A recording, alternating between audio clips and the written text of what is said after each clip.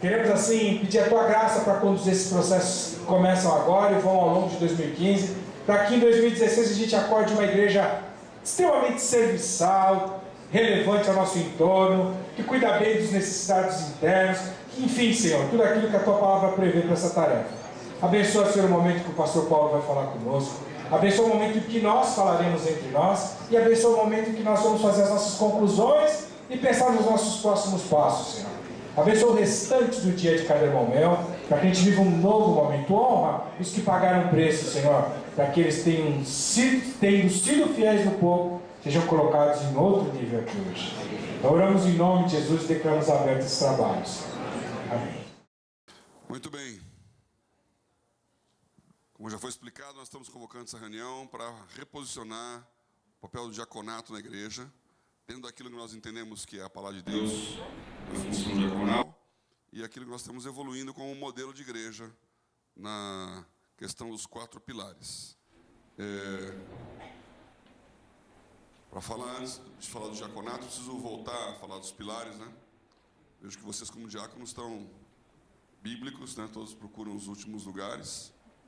Vou deixar os primeiros aqui livres, mas conforme for chegando, quiser vir para frente, pode vir também, está convidado a participar aqui na frente. Os 4 pilares. Nós começamos isso já no conceito há praticamente 15 anos, pensando quem nós somos como igreja. Vocês devem lembrar que em 2000 nós definimos o nosso nome, Igreja Cristã na Família. E essa definição foi uma busca de Deus sobre a nossa identidade. Nós estávamos então em 98, com 18 anos de idade, começamos a igreja em 1980, então em 98, com 18 anos de idade, pensando quem nós somos, o que Deus quer de nós. Como uma pessoa normal, você nasce, cresce, vai crescendo, sem se preocupar com o propósito da sua vida. Você quer crescer, quer expandir, quer aumentar. Como toda criança, como todo adolescente, ele não está preocupado na profissão, na conta que vai pagar, nas crises econômicas, está preocupado em brincar, jogar e crescer. Quando é o aniversário? Quando eu fico mais velho? Agora, quando vai chegando aos 18 anos, começa a pensar, aí agora eu tenho que fazer uma faculdade, tenho que trabalhar, qual profissão, o que eu vou fazer na vida? E aí então, vem a questão da vocação. Nós nos preocupamos com isso, e 2 anos depois, tínhamos uma palavra de Deus clara sobre família, que é o nosso posicionamento na sociedade. Queremos ser conhecidos na sociedade como uma igreja que fala da família. E a família, não apenas a família do papai, mamãe e filho, porque cada vez mais na nossa sociedade não temos essa família. Cada vez mais teremos pessoas divorciadas, separadas, mães solteiras, gente que foi machucada pelo mundo, que já chega na igreja quase que destruído. Cada vez mais é difícil encontrar aquela pessoa que você fala, só falta ser cristão. Porque tem regra, moral, costume, hábito, valores de um cristão. Hoje o que está acontecendo é que o cristão, a gente tem que olhar para alguns cristãos e falar, só falta ser mundano. Porque ele está na igreja, mas ele faz tudo o que se faz aí fora. E não tem nenhuma diferença entre dentro e fora da igreja. Isso também é bíblico. Então, nós estamos falando da família de Deus. Nós fazemos parte da família de Deus. E a família aqui na terra, ela é uma referência, ela é uma parábola da família que é no céu. Deus poderia ter escolhido se apresentar ao mundo de qualquer forma. O Todo-Poderoso, como no Velho Testamento, a energia, uma onda, um senhor de barbas brancas, o que é que as pessoas imaginem como Deus? Força cósmica. Mas Deus escolheu se apresentar ao homem como Pai. Então Ele quer ser conhecido como Pai. E para entender o que é um pai, eu tenho que entender o que é uma família. Para saber o que é o amor de pai.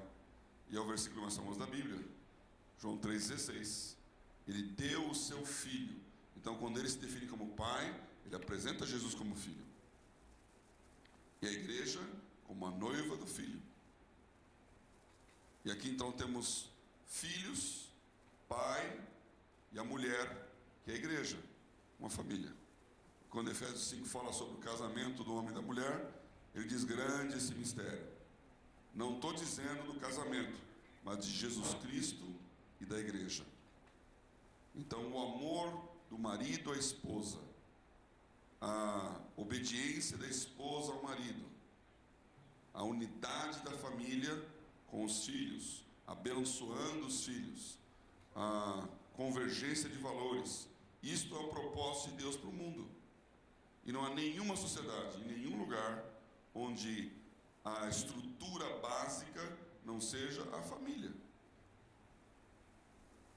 Não interessa se é budista, metodista, africano animista, candomblé.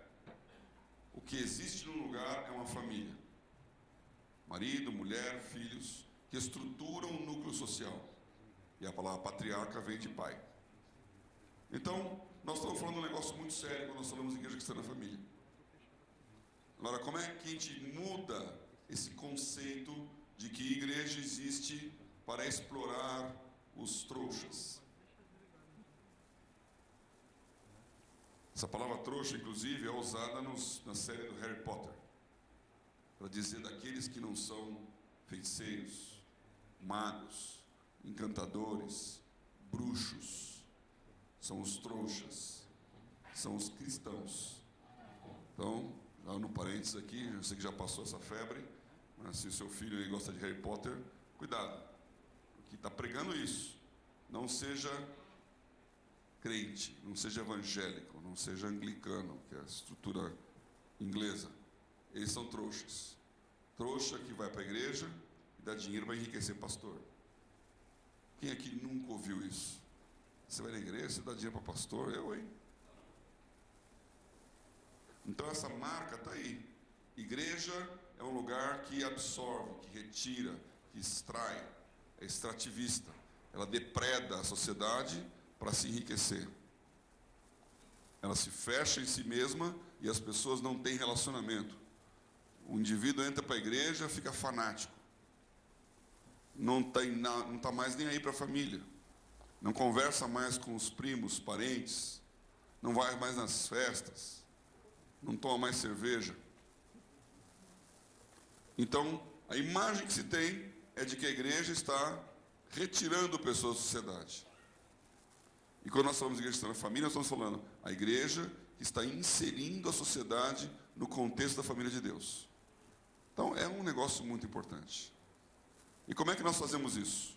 Como é que nós nos posicionamos como uma família tal como ela tem que ser? Porque não tem nenhuma dúvida, todas as pessoas anseiam por uma família. E eu tenho falado isso até com o pessoal da comunicação, na hora de posicionar a marca da igreja. E você pode usar isso com seus colegas e amigos para ver se não é verdade. Quando você fala pai, muita gente tem restrições. Não tiveram boas experiências de pais. Hoje o pai, ele não quer cuidar do filho. Ele quer despachar o filho para longe, para não gastar o tempo dele. Marido e mulher é briga. Muitos jovens não querem casar. Não querem assumir uma família, por conta dessa questão de vou escolher uma pessoa e ficar só com ela, fiel a um só, não. Vamos ficar juntos, deu certo, deu errado. Então, uma relação de marido e mulher, não. Somos parceiros. É um nome que está ficando famoso também aqui. Vou apresentar aqui meu parceiro. Porque, inclusive, é neutro. Não precisa nem dizer se é marido, se é homem ou se é mulher. Parceiro, parceira. Agora, quando nós falamos de filho, todos nós somos filhos. Você pode não ser marido, esposa, pode estar solteiro, não ter casado, mas ninguém deixa de ser filho. E é uma frase até que as pessoas usam indevidamente por aí, né? Também sou filho de Deus, né? O que inclusive não é verdade. Porque João fala que a todos quantos conheceram, deu-lhes o poder de serem feitos filhos de Deus. Então, filho de Deus é aquele que conheceu a Jesus e desenvolveu esse relacionamento a ponto de ser filho. Nós somos criaturas de Deus. Mas queremos ser filhos. Então, quando nós falamos da família, do ponto de vista do filho, isso é agregador. Quem não quer ter alguém que cuide? Quem não quer ter um irmão mais velho que oriente? Quem não quer ter uma mãe que ame, independente da sua feiura, da sua pobreza, do seu momento difícil? Pelo contrário, é no momento difícil que a mãe aparece. É quando dói, é quando bate, é quando as pessoas falam contra, que aparece uma pessoa que diz, não, eu conheço você. Você é bom. Vem aqui que eu vou resolver o seu problema. Vem aqui no meu colo. Todos querem ser filhos. Então nós temos que entender esse processo da igreja de ser família, constituindo pai, mãe e filhos. E os pilares apontam para isso, que é um processo de educação. Então, repetindo o que alguns já devem ter ouvido, espero. Quando você nasce em uma família. Você não pediu para nascer, coisa que muitos filhos falam para os pais um dia. Não pediu para nascer, nasceu ali. E aquela família, ela te ama como você é. Nasce uma criança com problemas congênitos. Os pais não descartam. Não jogam fora. Pelo contrário. Quantos testemunhos já ouvi de gente, cristão e não cristão, dizendo, esse filho é uma bênção em minha vida. Deus me deu para me aperfeiçoar. Amamos nosso filho. Sabemos que ele vai viver pouco, mas todos os momentos com ele. Se é deformado, se tem um problema, se não tem uma aparência, não interessa. O filho é amado pelo pai. Então, no pilar família, a pessoa tem que nascer no ambiente de amor, no ambiente de celebração. A família é o lugar onde você chega com aquele rabisco que você fez no cultinho, na sala das crianças, e mostra para o pai fala, que lindo, que lindo. Mentiroso.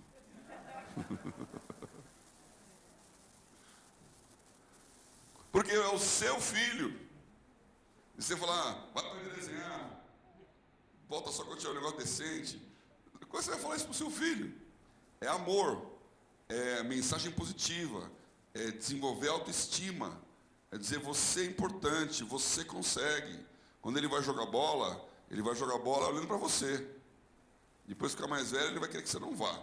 Mas quando é criança, ele quer que você vá lá. Fica do lado de fora dizendo, vai filho, vai, chuta, parabéns, muito bem. Então, o pilar família é o lugar onde nós celebramos a vida. Nos nossos cultos, nossas reuniões, atividades. Tem que ser um ambiente que as pessoas amem estar. Em que haja amor, visão de reino, calor. E todos os ministérios que estão nesse pilar devem trabalhar para essa finalidade.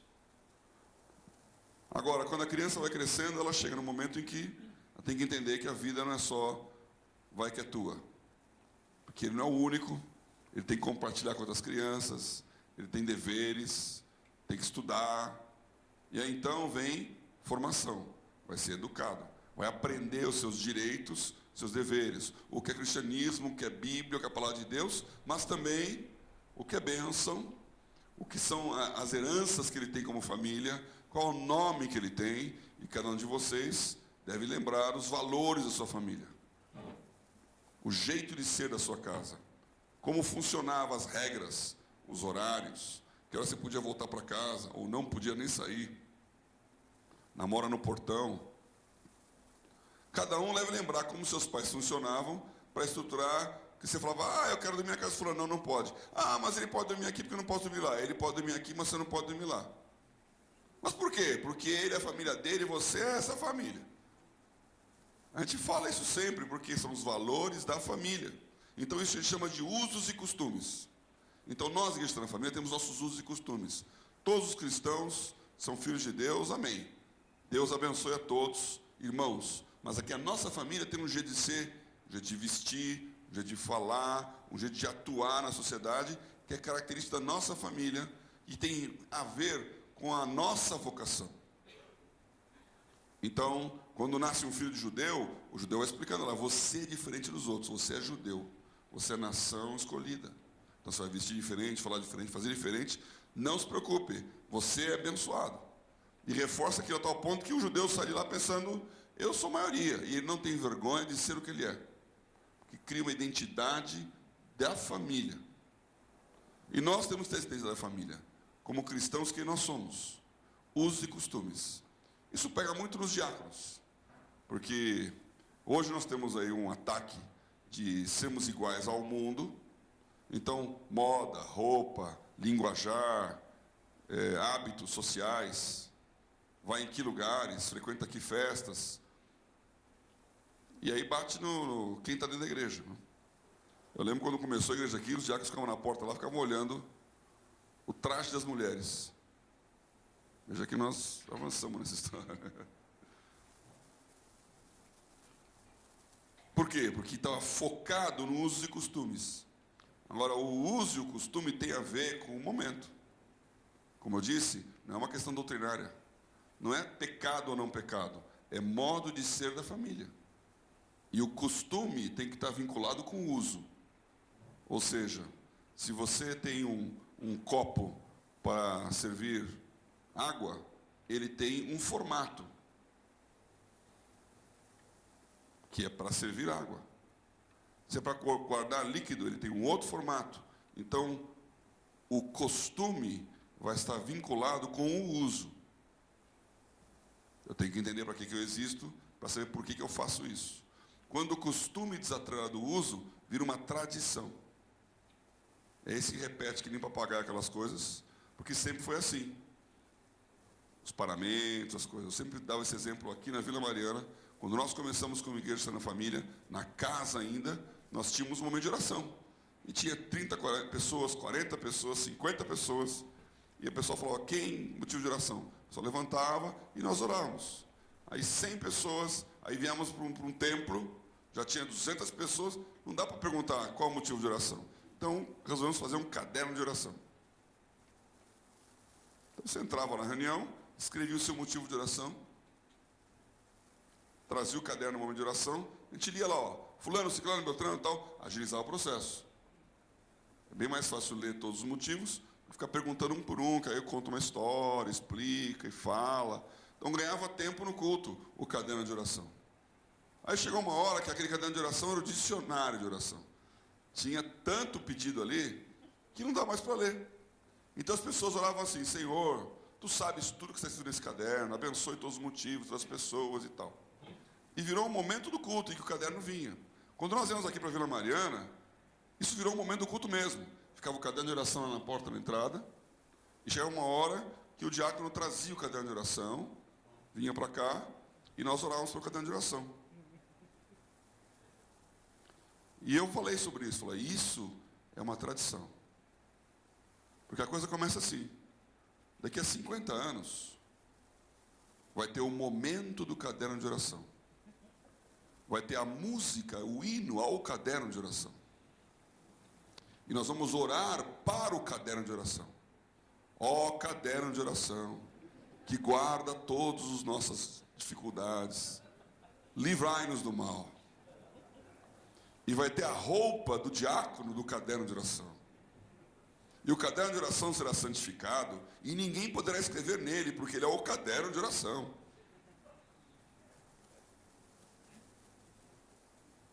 Vocês acham que é longe de acontecer isso? Isso é liturgia no mau sentido da palavra.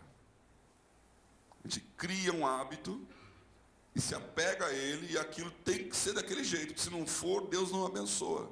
Por quê? Porque era assim. E por que era assim? Ah, não sei. Isso é condicionamento. Na ciência, eles fazem pesquisa com rato, com macaco, para condicionar, e tem uma que é famosa. Eles põem uma arvorezinha lá, aí eles botam um macaco novo no time. E aí o macaco novo vai lá, jato d'água nele. E jato d'água nos outros. Aí os caras começam a tomar banho porque aquele macaco rebelde foi lá pegar água. Aí os macacos começam a falar pro macaquinho lá, não vai não, não vai. Então quando o macaco novo chega e sobe, ele já vai lá e ops, puxa o bicho para não tomar um jato d'água. E sabe o que eles fazem? Tiram a comida e o macaco continua não subindo por causa do jato d'água. troca todos os macacos, nenhum deles viveu a época da comida, mas um explica para o outro, é proibido subir lá. Por quê? Não sei. Então, na segunda e terceira geração, nenhum macaco sobe, porque aprenderam que não pode. Isso chama-se condicionamento. E nós fazemos isso direto. Então, nós temos uma responsabilidade aqui de entender os processos, para não nos apegarmos às formas. Isso é muito importante. E tem a ver com relação com as pessoas, e é um trabalho diaconal. Quando a pessoa está bem formada na educação, no uso e nos costumes, e tem um ambiente de amor em que ela foi preservada na sua autoestima, então ela está pronta para servir. Então ela vai para os pilares externos, que é missões, pregar o evangelho, evangelizar tanto localmente na sua região, quanto um missionário, e serviço, que é modificar a sociedade. Então o pilar transformação, que é serviço, ele existe para impactar a sociedade lá de fora, a partir dos valores aprendidos aqui dentro. E esse é o conceito. Você vê que é um caminhar. Eu começo aqui no pilar família, mas eu tenho que chegar no pilar transformação. Eu começo entendendo quem eu sou diante de Deus, vendo que Deus me ama, estudando a palavra, fazendo a análise do meu contexto, por que eu sou assim, quais são os meus usos e costumes, afirmando a minha identidade para cumprir meu propósito, pregar a palavra e impactar o mundo. O pilar de transformação é o resultado de uma igreja. Quando ela realmente se mostra para a sociedade como uma unidade de Deus na terra, uma luz, uma cidade edificada no alto do monte, sal que transforma a sociedade. Cristãos do pilar família são um saleiro. Cristãos do mundo salgam a terra. E nós somos a luz do mundo e o sal da terra. Então, quando nós começamos a falar sobre esses conceitos com essas pessoas que o Beto disse, começaram a estudar os pilares, teve uma reunião lá na associação que eu falei isso aí. Eu falei, olha, diaconato tem que estar no pilar transformação. Ficou assim, mas por quê? Diaconato não é para servir para a igreja? Diaconato não serve a ceia? Diaconato não cuida da ordem do culto? Diaconato é pilar família. Não. Diaconato foi fundado para transformar as pessoas, fazer a máquina funcionar, sociedade mudar. É serviço, é um ministério de serviço. E nós temos que servir para mostrar quem nós somos. Eu queria ler aqui uma passagem conhecida, mas que ilustra isso, né? Que é Mateus capítulo 20.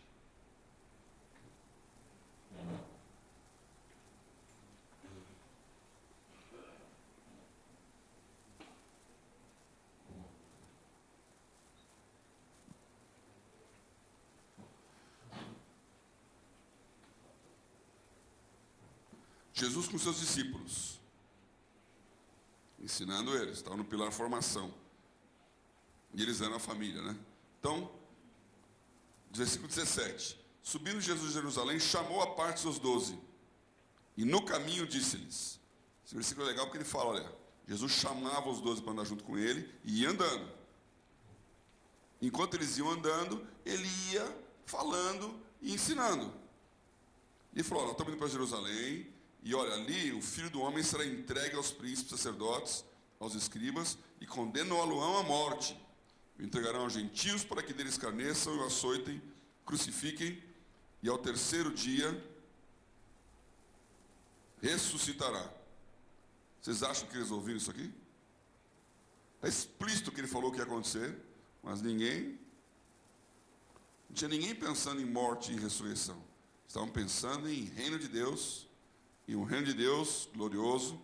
Nós encontramos o Messias, e ele vai mandar em todo mundo. Ele vai ser o que vai derrotar os romanos, e o Estado de Israel será levantado, e nós somos amigos do rei. Eles estavam com planos de vitória e glória, e Jesus falando de dor e sofrimento. E ele estava falando disso quando a mãe dos filhos de Zebedeu, você não sabe lá, o Tiago e o João, dois discípulos muito importantes, né? A mãe chegou e fez um pedido, adorando, fazendo-lhe um pedido. O pedido era básico. Ela falou, olha, dize que esses meus 2 filhos se assentem, um à tua direita e outro à tua esquerda, no teu reino. Não é bem pedido de mamãe mesmo? Eu queria só um pequeno pedido. Eu sei que vai ter um reino, que vai estar todo mundo lá, porque ele tinha falado isso, que eles iam sentar em 12 tronos, eles iam julgar. No capítulo 19, versículo 28, ele falou que na regeneração o Filho do Homem se sentará no trono da sua glória. Também vós vos assentareis sobre 12 tronos para julgar as 12 tribos de Israel. Então, acho que os filhos de Zebedeu falaram para a mamãe, olha, mas nós vamos sentar nos tronos. Nós vamos sentar nos tronos? Que trono, hein? Já começa uma disputa ministerial, que nem agora Brasília. Está lá o que sabe que vai ficar, pedindo para os outros pedirem demissão. Aí os que pedem demissão não são os que querem sair, porque ninguém quer sair da cadeira. E começa aquela luta de bastidor, falar quem senta, quem fica perto, quem é mais importante. Isso é humano, irmãos. Quem aparece mais, quem aparece menos. Quem está lá junto com o homem para poder fazer tráfico de influência. Todo lugar funciona assim, na igreja acaba funcionando assim. Então Jesus ouviu aquele pedido singelo da mulher do Zebedeu, que nem nome aqui tinha, né? Dizendo, meus 2 filhinhos, um à tua direita e outro à tua esquerda. Eu já falei isso com os pastores, se eu fosse Jesus, eu chegaria aqui e falava, minha senhora, tem um probleminha aqui com o filho, que vai ficar à minha esquerda. Porque eu estou sentado à direita de um cara que pode não gostar de ter que sair da cadeira dele. Porque se Jesus está sentado à destra do Pai, na esquerda de Jesus está Deus. Agora vai lá, a mãe de Zebedeu fala, Deus, podia levantar que eu quero colocar meu filhinho aí no seu lugar? Ela não sabia o que ela estava pedindo. Ela só queria o bem dos seus filhos. Como toda boa mãe quer o bem dos seus filhos. E o que Jesus respondeu? Olha, você não sabe o que está pedindo. Podeis beber o cálice que eu hei de beber e ser batizado com o batismo que eu hei de ser batizado? E eles falaram, podemos. Também não sabiam o que estavam falando. E ele diz, na verdade vocês vão mesmo. Vocês vão sofrer, vão morrer, vai ser dura a vida para vocês. Vocês vão beber do meu cálice. Mas, quanto a sentar à minha esquerda e à minha direita, não me pertence. É para aqueles para quem meu Pai eu tenho preparado. Foi a resposta para os 2. Quando os 10 ficaram sabendo que os 2 tinham ido lá pedir lugar à preferência, como eles ficaram felizes? Ah, então vocês são mais que a gente. Ah, então tá bom, Tiago, João e o Pedro, sempre junto ali, né? Pedro, Tiago, João e o barquinho estão sempre juntos nas histórias da Bíblia aqui. Então, são os queridinhos do chefe. Tá certo, eu sei. Ninguém fala do Bartolomeu. E eu sou Natanael, só porque eu disse que não podia vir nada de bom de Nazaré, agora não aparece. Não tem nenhum livro meu. Mas João, Tiago, Pedro, tem livro. Então começa uma ciumeira, que é humana. É óbvio que se os 2 falaram aquilo, os 10 chegaram lá e falaram assim, ô, senhor, Jesus, toma uma providência aqui. Eles se indignaram contra os 2 irmãos. Então Jesus, chamando-os para junto de si, disse, bem sabeis que pelos príncipes dos gentios são estes dominados, e que os grandes exercem autoridade sobre eles. Está falando que os gentios, que os não são judeus, são dominados pelos seus príncipes. E os ricos e poderosos mandam nos fracos e pobres. Aí ele diz aqui, não será assim entre vós, mas todo aquele que quiser entre vós fazer-se grande, que seja vosso serviçal. Qualquer que entre vós quiser ser o primeiro, que seja vosso servo. Bem como o Filho do Homem não veio para ser servido, mas para servir, e para dar a sua vida em resgate de muitos. Aqui está a palavra-chave do Evangelho: serviço. Eu até fiz uma mensagem, um título que eu não acabei não pregando para vocês aqui hoje, né? Ser visto e serviço. Por que você está na igreja? Diáconos, diaconias, serviço ou ser visto? Quem está lá tocando música, está sendo visto. Quem está lá dando a palavra, como eu estou aqui no palco, está sendo visto. Quem está lá na porta, cuidando da segurança do carro na rua, está servindo. Quem está lá na escuridão, vendo se tem algum ladrão chegando. Quem está lá olhando a escada, para ver como é que estão as crianças no cultinho. Quem está lá vistoriando os banheiros, para ver se está tudo certo e ok. Serviço. Quem está orando enquanto a mensagem está sendo dada, serviço. Quem está dando a mensagem, ser visto. E a Bíblia diz que aquele que já apareceu, já ganhou o seu galardão. Todo mundo está vendo. Mas aquele que está fazendo e ninguém está vendo, esse tem galardão no céu. Eu acredito piamente nessa palavra. Então eu sei que pelo fato de estar aqui na frente, ser o pastor presidente da igreja, já tem meu galardão. Está diminuído o meu galardão. Porque as pessoas falam: o pastor presidente. Convidam. Se eu estou numa reunião, senta na primeira fileira. Vou no encontro, olha, tem um repórter querendo falar aqui, fala com ele, que ele sabe falar. Então, eu recebo meu galardão na terra. É horrível. Um dia eu entrei num táxi, história que eu já contei para o pessoal aí, mas o taxista estava no hotel, uma reunião que eu estava falando lá, um hotel todo chique, e eu saí da reunião, e o guarda lá do hotel falou: o senhor quer um carro com ar-condicionado? Eu falei: por quê? Não, porque o táxi está aqui na fila e ele não tem ar-condicionado, quer que eu chame outro? Eu falei: não, está na fila, eu uso o que da fila, pode, coitado, né? Ficou esperando, não achei agora, não sabe porque... Eu entrei e falei assim: olha, muito obrigado, senhor, por ter me recebido aqui, pegou meu táxi, Deus te abençoe. Eu falei: você é cristão? Aí eu sou. Eu também. Então vamos colocar uma música evangélica aqui. Você botou lá o negócio lá, começou. Que igreja que o senhor é? A igreja está na família. Não conheço. E você? Do Brasil para Cristo. Ok, e da onde? Lá no Capão Redondo. Tem uma igreja no Capão Redondo. Tem? Como é que é o nome lá? E ele tinha perguntado, né? Como é que o senhor vai, tal, seu nome? Eu falei: me chamo Paulo, tal, blá, blá. E começou essa história. E ele começou a especular. Crente gosta de especular, né? Qual que é essa igreja? Onde ela fica, você faz, tal.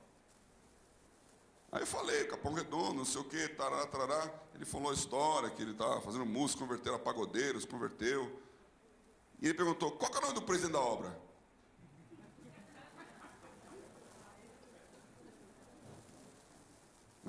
Isso é um evangeliquez, né? A obra. Eu estava também falando com os irmãos aqui, tem que cuidar com as palavras, a gente gosta muito de ficar com esse evangeliquez, né? Uma mulher encontrou outra na rua, trazendo uma pessoa, né? E ela falou, como é que era? Ela falou: como é que vai? Como é que ela falou?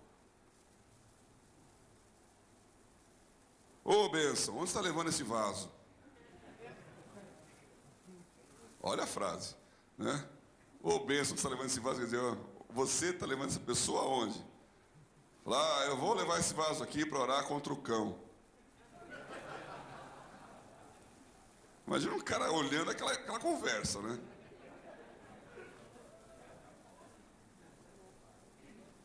Tem que livrar do cão. Quem é o presidente da obra? Fala: o nome dele é Paulo. Paulo? Você não é Paulo, né? Ele ficou meio assim: o senhor é o presidente da obra? Já foi meu galardão. Mas o presidente da obra, glória a Deus, entrou em êxtase por quê? Ele nunca me viu, mas ele tem na cabeça dele que o presidente da obra é alguma coisa. Então, irmãos, a Bíblia fala: jejua, lava o seu rosto, para ninguém saber que está jejuando. Você tem um galardão lá em cima. Você vai dar dinheiro para alguém, a sua mão esquerda não saiba o que faz sua mão direita. Não sejais como os fariseus, que ficam alardeando, apregoando, porque já receberam galardão. Faz em silêncio, porque tudo que ninguém está vendo, Deus está vendo. Então é grande esse ministério aqui do diaconato, do serviço, porque é o que Deus mandou a gente fazer, servir. Ele falou: vocês não sejam como os lá de fora, sirvam, sirvam. E a igreja tem que se apresentar para a sociedade como uma sociedade de serviço. Para que eu existo? Para te servir. O que você está fazendo lá? Estamos pensando em como te ajudar. Estamos orando para os seus filhos. Estamos abençoando a sua família. Nós não estamos aqui incomodando com barulho. Tem igreja no passado que colocava um alto-falante para os prédios lá. Eu lembro disso, o pessoal xingava. Para dizer: não, estamos pregando a palavra. Não, nós estamos sendo ignorantes, chatos. Nós temos que ter graça em saber como falar, como abordar, como entender, fazer sábio com sábios, tolo com os tolos, bárbaro com os bárbaros, para que as pessoas gostem. Nós temos que cair na graça do povo. E isso depende de vocês. Porque o cara que está no púlpito costuma ser um chato que fala muito. Mas o que serve... Está passando a pessoa na rua: posso pegar um copo d'água? Eu te dou um refrigerante. Uau! Que lugar é esse? Agora, quando você começa a achar que todo mundo é bandido, malandro, deixa o cara usar a igreja. Entra. Serviço. Nós somos uma unidade de serviço. Isso é transformação. Nós temos que ensinar a servir, porque é o que Jesus falou: aprendam de mim a servir. Então, o pilar da transformação, ele serve, porque ele transforma a sociedade. E nós temos que valorizar esse diaconato, então, como aqueles que ensinam as pessoas a serem cristãos de verdade. Porque 95% da igreja está no pilar da transformação. Quantos nós precisamos para cantar, tocar e dirigir? E o resto? O resto assiste culto e dá o dízimo. Não. Quem não é levita é pesado. Não. Quem não é levita é leigo. Ministério laico. Vou nem falar aqui que é o assunto de amanhã, mas existe uma ordenação. Quando você faz um pastor, você ordena o pastor. Em igrejas tem a ordem dos pastores. Então, por que é a ordenação? A ordenação é um instrumento jurídico, é uma regulação, uma legislação. Os portugueses tinham aqui no começo do século, na época do Brasil, aqui em 1580, a ordenação filipina, que era o código de leis. Então, quem é de Deus tem uma ordenação, que tem uma regra, que faz com que ele seja diferente de quem é leigo. Bom, na Bíblia, quantos são levitas? Abraão, José, Daniel. A maioria dos personagens bíblicos que você pensa, eles não eram pastores de tempo integral, não eram sacerdotes, não viviam, não eram levitas. Eles eram fazendeiros, empresários, políticos, cidadãos da sociedade. 11 tribos trabalhando e ganhando a vida. Mas eles eram luz onde eles estavam. E a nossa igreja também. A maioria não é tempo integral ou tempo parcial. A maioria trabalha. Está sendo luz aonde está. Então, os maiores ministérios nossos estão no meio da terra, salgando o povo. Somos nós. São vocês. É o nosso chamado. E nós temos que aprender a servir. Então nós queremos com esse pilar estruturar um trabalho de serviço. E qual que é o serviço? É o voluntariado. Então eu vou te ensinar a de graça fazer coisas. E as pessoas vão se surpreender porque é de graça. De graça recebestes, de graça dai. Então a primeira coisa que eu quero com vocês aqui, a sua autoestima. Se você está fazendo de graça, saiba que está fazendo certo. Não busque mérito, não busque galardão, não busque glória. Quanto menos, mais é a sua vitória com Deus. Segundo, ensina os outros a fazer de graça e com perfeição. Dá a impressão que o que é de graça é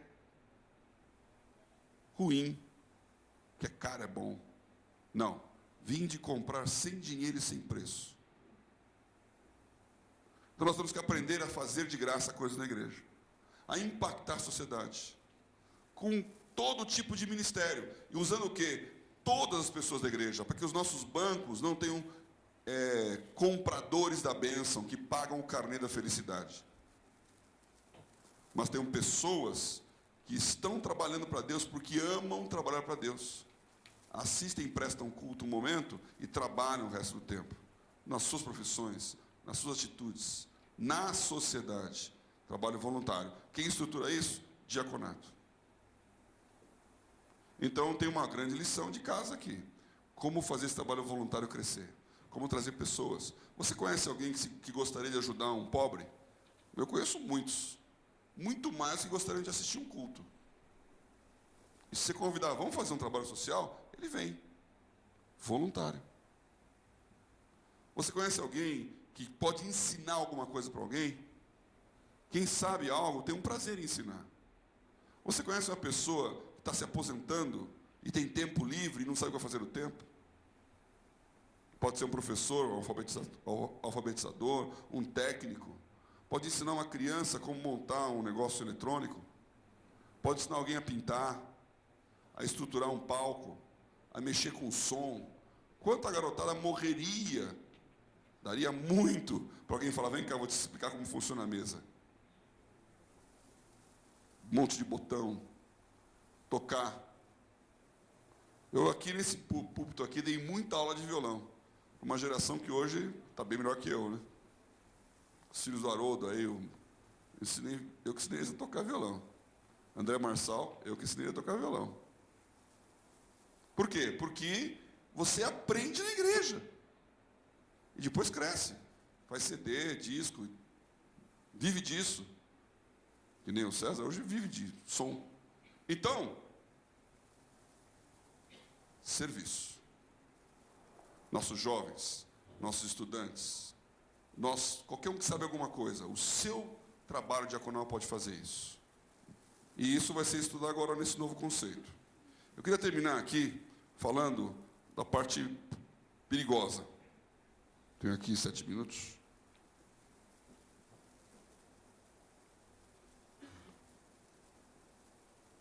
Acho que talvez vocês nunca tenham ouvido isso, né? Vocês sabem o nome dos 7 diáconos?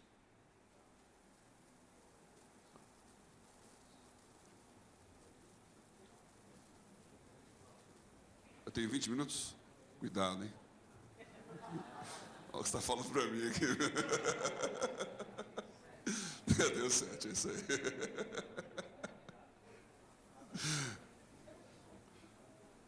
É que nem time de futebol, né? Um time de futebol society.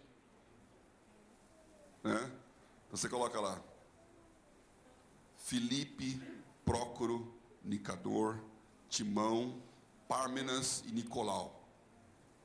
Pô, tá faltando um. Estevão está no gol. Então, linha de defesa e linha de ataque. Filipe, Prócoro, Nicanor, Timão, Pármenas e Nicolau.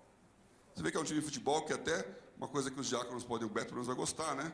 Um dos diáconos era o Timão. Você viu só? É bíblico. Timão nasceu para servir. Filipe, Prócoro, Nicanor, Timão, Pármenas e Nicolau, ou Nicolás. E o Estevão. Você com certeza, até o Beto falou aqui, conhece o Estevão. Ele ficou famoso. Foi o que menos tempo durou. Ele foi ordenado e morreu na sequência. Mas o que ele falou é um dos sermões mais profundos que tem na Bíblia. Quando ele explica por que Jesus, você vê que esse cara não era fraco, não. Ele contou a história todinha. E com o pessoal com pedra na mão. O Estevão é a razão pela qual Paulo se converte. Porque Paulo consente com a morte de Estevão e viu aquele negócio da cabeça. Quantas vezes ele fala, voltando a essa passagem, e aquele consentimento de Paulo não era só ele estava junto lá e pegou as vestes. Ele era a autoridade religiosa que disse, de acordo com a lei, podemos matar essa pessoa. Então ele consentiu, permitindo o apedrejamento judaico, né? Então Estevão é um luminar. O Filipe também é famoso, porque ele evangelizou Samaria, ele tinha filhas que eram profetisas, a Bíblia fala deles. E do resto? Que fim levou Prócoro? Onde foi parar Pármenas? Nós sabemos o que aconteceu com Timão, né? Sofreu.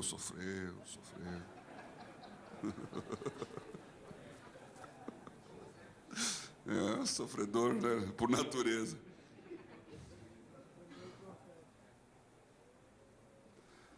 Na verdade, o Pármenas é o que é o menos conhecido aqui.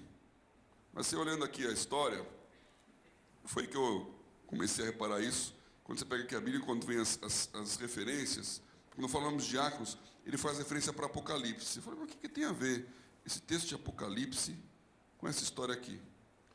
Então, só para ficar com vocês, você escolhe o seu diácono de estimação aí. Não está na Bíblia, mas pela tradição cristã, o Prócoro era sobrinho de Estevão. E foi adotado por João nas suas andanças evangelísticas. Se tornou bispo da Bitínia, que é onde hoje é a Turquia. Então, Prócoro virou bispo. Dizem que ele escreveu um dos livros que não é da Bíblia, né, que são Atos de João. O Nicanor era um judeu de Chipre. Voltou para a terra, morreu como mártir no ano 76.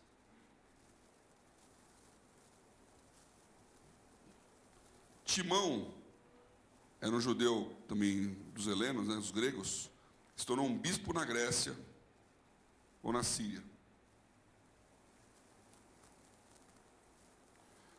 Diz a história que ele pregou tão forte uma mensagem que provocou a ira de um governador daquela região, que mandou queimar ele vivo. Morreu queimado vivo. Mas a gente não sabe. E aí tem o Nicolau. Esse é o problema. Tem sempre problema, né? Então, quando você vai lá em Atos 6 e vê os nomes,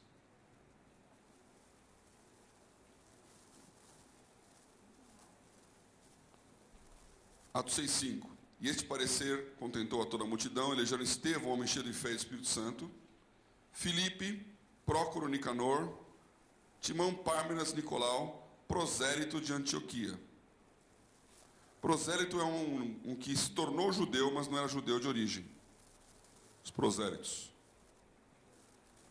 E quando aparece esse prosélito de Antioquia, na minha Bíblia aqui tem uma referência para Apocalipse 2, versículo 6.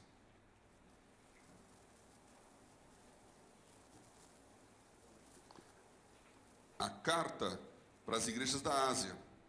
Você vê onde todos eles foram trabalhar, essa Bitínia, essa região aí. E aqui, na carta aos Efésios, ele fala no versículo 6. Tens, porém, isto, que aborreces as obras dos nicolaítas, as quais eu também aborreço. Nicolaítas, seguidores de Nicolau, diácono. Virou herege.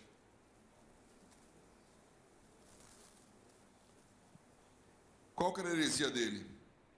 Qual que era a doutrina dos nicolaítas, que no versículo 15, esse mesmo capítulo de Apocalipse, ele repete. Para cá, a igreja de Pérgamo. Assim tens também os que seguem a doutrina dos nicolaítas, o que eu aborreço.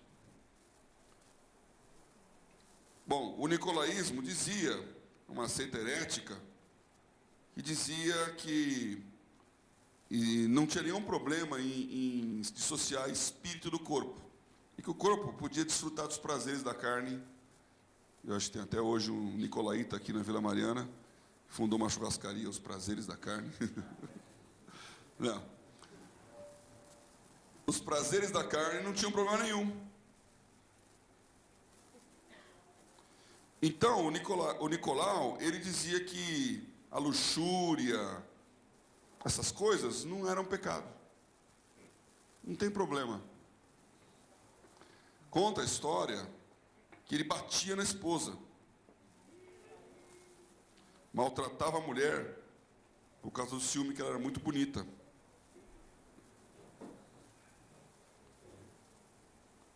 Abandonou a mulher e permitiu outra pessoa casar com ela, porque ela falou que a carne tinha que ser maltratada. Então, existe uma doutrina que vem de um diácono. Você vê que não são só os 12 que tinham Judas. Os 7 também tinham um. E pega na questão do casamento, hein? Então, quando a gente vai lá para 1 Timóteo 3, quer ser diácono? Quer ser bispo? Boa coisa. Convém, porém, que... Aí vem uma listinha de qualidades de um diácono. Não é o tema aqui hoje, eu não vou estourar os meus 20 minutos.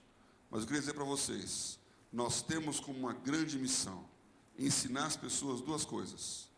Elas existem para servir. Não queira parecer, queira ser. Ser visto ou serviço? Serviço. E segundo, o padrão é lá em cima. O melhor para Deus. Vamos fazer com ordem, vamos fazer com qualidade, vamos fazer com decência. E não tem ninguém melhor que vocês fazem diaconato e diaconia para isso. Vocês são os primeiros a chegarem, os últimos a saírem. Abrem as portas, fecham as portas, limpam os banheiros, cuida das pessoas, olha lá a cantina, garante que a ordem do culto está garantida, mantida, quando vem um distúrbio. Pensam nos detalhes que tem que ser pensados antes para que aconteça o durante. Está lá cortando pão e enchendo o cálice de ceia no dia da ceia. Está lá arrumando a estrutura do batistério para o batismo, no dia de batismo.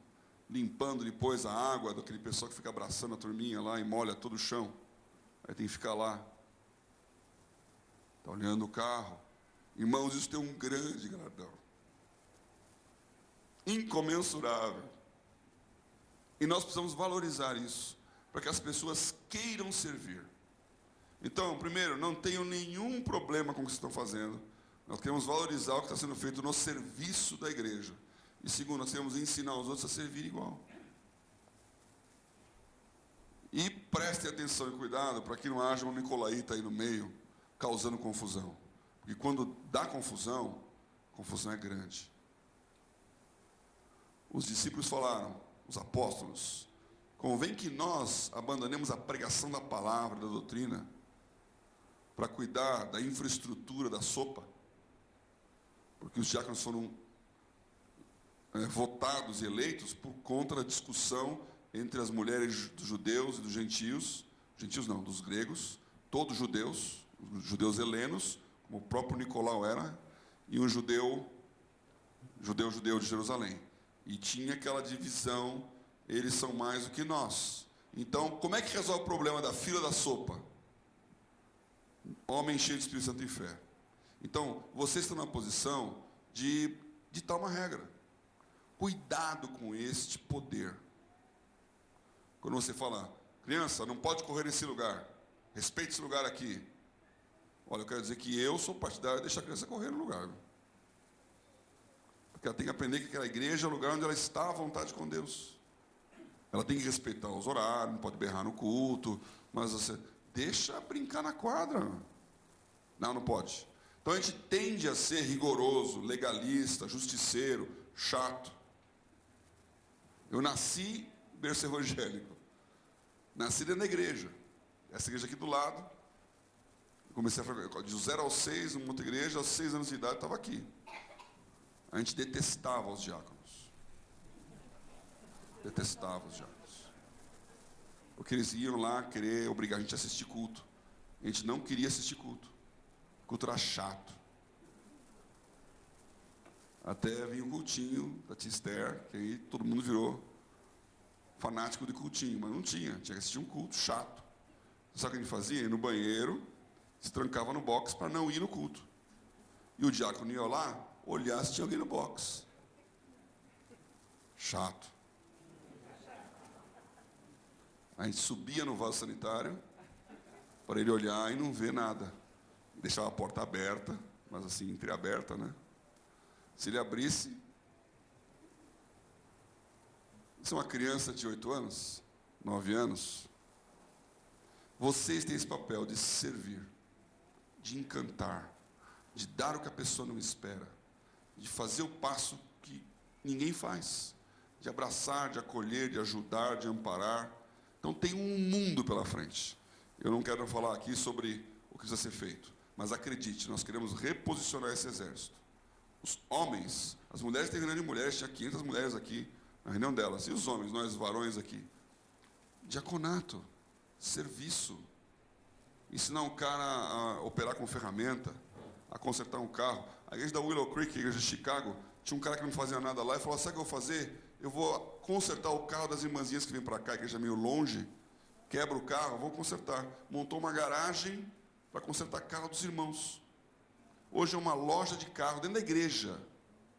Tem uma mega garagem lá. Eles consertam os carros e põem para vender. Por R$2.000, R$3.000, compra um carro recondicionado pelos irmãos do diaconato de lá. É ministério. Serviço. Servir a mãe solteira. Tem uma criança e não sabe como vem à igreja. Busca na casa, traz para a igreja, leva depois do culto. Isso é típico de diaconato, né? E de pastor. Pastor, como é que eu vou para casa hoje? Pode levar, pode levar. Irmãos, servir. Eu queria orar com vocês por isso. Ouvir o que vocês estão fazendo. Agora os próximos passos é falar das atividades que vêm pela frente, né? As boas práticas que já existem em algumas igrejas. Trocar figurinha. Entender como nos estruturamos. E convidar as pessoas a fazer parte do maior exército que nós temos na igreja. Os que servem. Servem com alegria. Servem em silêncio. Servem valorizados. Então, tire da sua cabeça qualquer trauma passado aí. O negócio agora é andar junto e mostrar para os de dentro e para os de fora que servir é incomparavelmente melhor do que ser servido. Amém?